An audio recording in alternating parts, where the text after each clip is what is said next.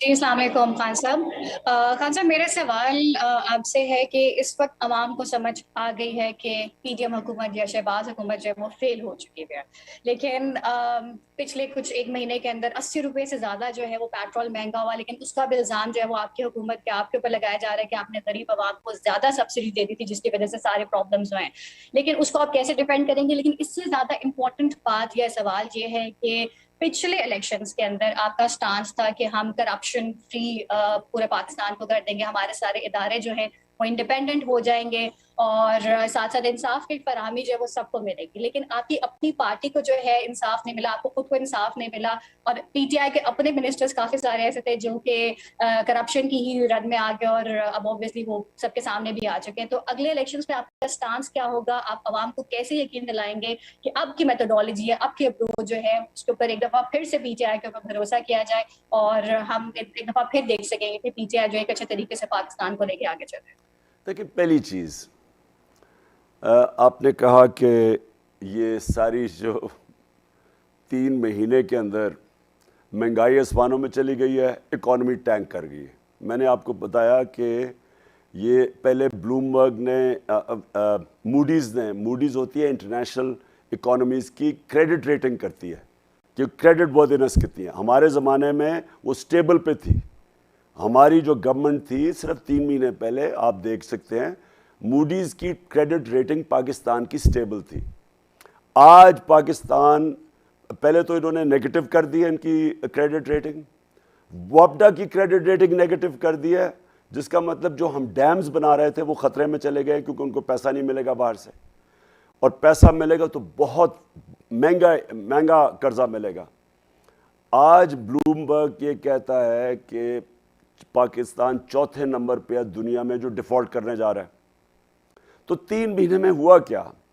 इनकी अपने economic survey of Pakistan जो गवर्नमेंट ने पब्लिश किया है उसके मुताबिक 17 साल में पाकिस्तान की पिछले 2 साल में सबसे बेहतर परफॉर्मेंस थी। 17 साल में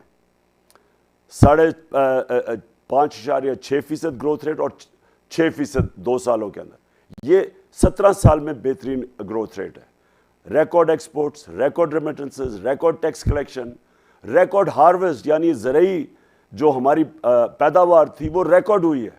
4.4% ग्रोथ रेट, कई सालों के बाद हमारी एग्रीकल्चर ऊपर गया। आईटी जो कि फ्यूचर है दुनिया का, उसमें 75% एक्सपोर्ट्स 2 सालों में बढ़ी है।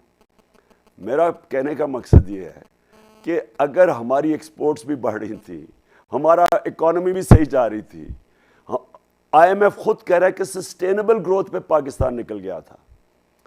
और मैं ये समझने की कोशिश कर रहा हूँ कि हुआ क्या कि जब इसके बावजूद आईएमएफ के प्रोग्राम में थे हम, 2.5 साल हम आईएमएफ के प्रोग्राम में थे, ये तो 3 महीने हुए इनको आए।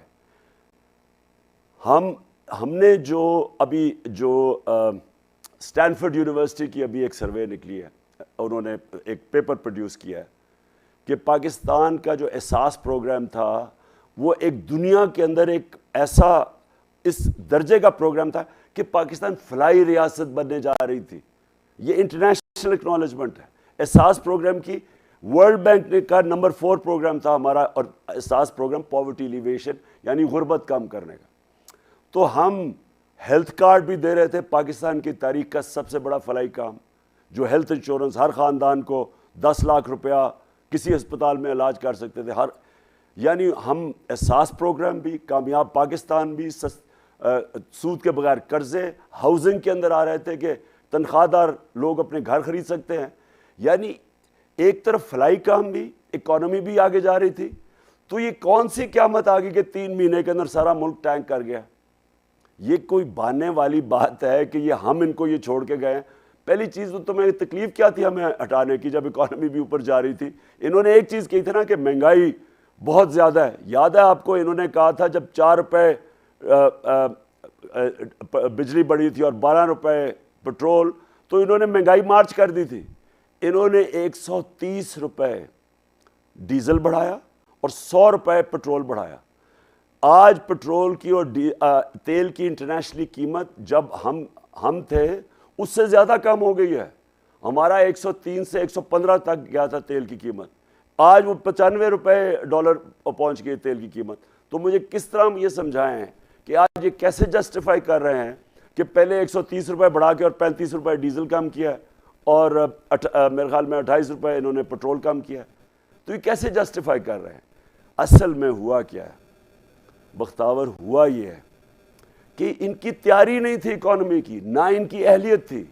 انہوں نے زندگی میں کب اکانومی ٹھیک کی ہے؟ یہ سب سے بڑا خسارہ تو چھوڑ کے گئے تھے 2018 میں. آپ گوگل کر لیں پاکستان کا جو بیرونی خسارہ جو ایک ملک کو مارتا ہے، جس کی وجہ سے سری لنکا تباہ ہوئی ہے، ایکسٹرنل ڈیفیسٹ جس کو کہتے ہیں کرنٹ اکاؤنٹ ڈیفیسٹ، وہ اصل میں آپ کیونکہ ڈالر کم ہو جاتے ہیں، ڈالر کم کا مطلب آپ تیل شیل چیزیں خرید نہیں سکتے، سب کچھ متاثر ہو جاتا ہے. تو سوال ان سے یہ ہے کہ آپ نے سب سے بڑا خسارہ چھوڑ کے گئے. ایکسپورٹس بڑھی نہیں آپ کے زمانے میں، اصل میں تو ایکسپورٹس بڑھتی ہیں تو ملک کی دولت میں اضافہ ہوتا. ہم نے ریکارڈز ایکسپورٹس بڑھائی.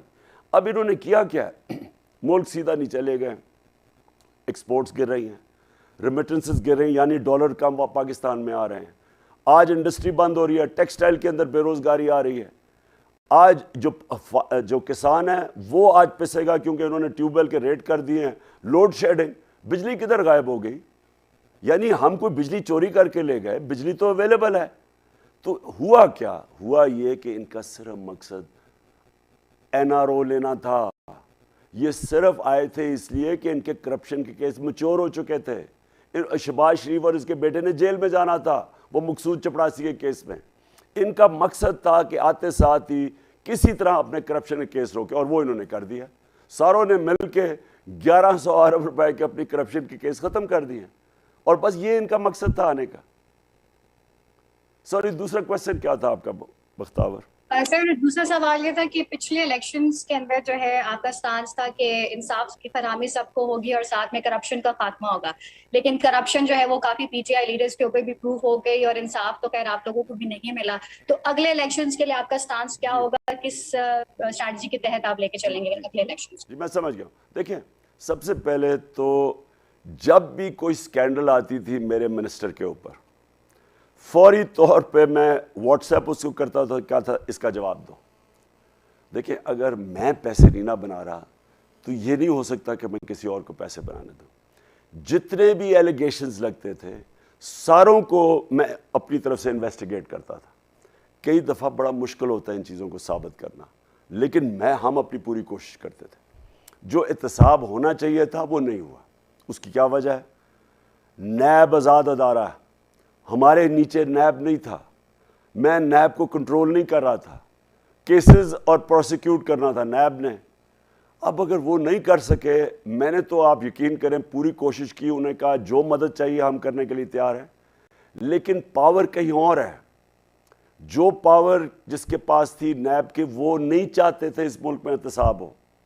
وہ ان کے لیے کرپشن اتنی بری چیز نہیں تھی، اور یہ سب سے بڑی بدقسمتی تھی. تو میرا آنسر یہ ہے کہ اگر ہم وہ احتساب نہیں کر سکے جو میں چاہتا تھا، میرا آنسر یہ ہے کہ آگے سے اگر مجھے کبھی ایسی حکومت ملی جس طرح مجھے ایسی ملی ہے، میں حکومت نہیں لوں گا. کیونکہ آپ ایک کولیشن کمزور گورنمنٹ میں بڑے فیصلے نہیں کر سکتے، آپ کے ہاتھ میں کچھ نہیں ہوتا، اور جن کے پاس ہاتھ میں ہوتا ہے اگر وہ نہیں چاہتے احتساب تو آپ کچھ نہیں کر سکتے. اور اگر انشاءاللہ اگر کبھی بھی آگے حکومت ملی، اللہ نے دی، تو میں صرف تب لوں گا جب میرے پاس طاقت ہو، تاکہ ہم اس ملک میں چینجز لا سکیں. بہت چیزیں میں اور کر سکتا تھا، لیکن ہمارے ہاتھ بندھے ہوئے تھے، کولیشن پارٹنرز تھے، بلیک میل ہوتے تھے.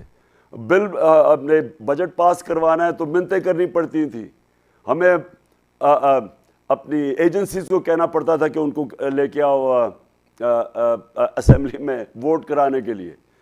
عذاب سے گزرے ہم، اور ایسے حکومت میں اصلاحات آپ نہیں کر سکتے.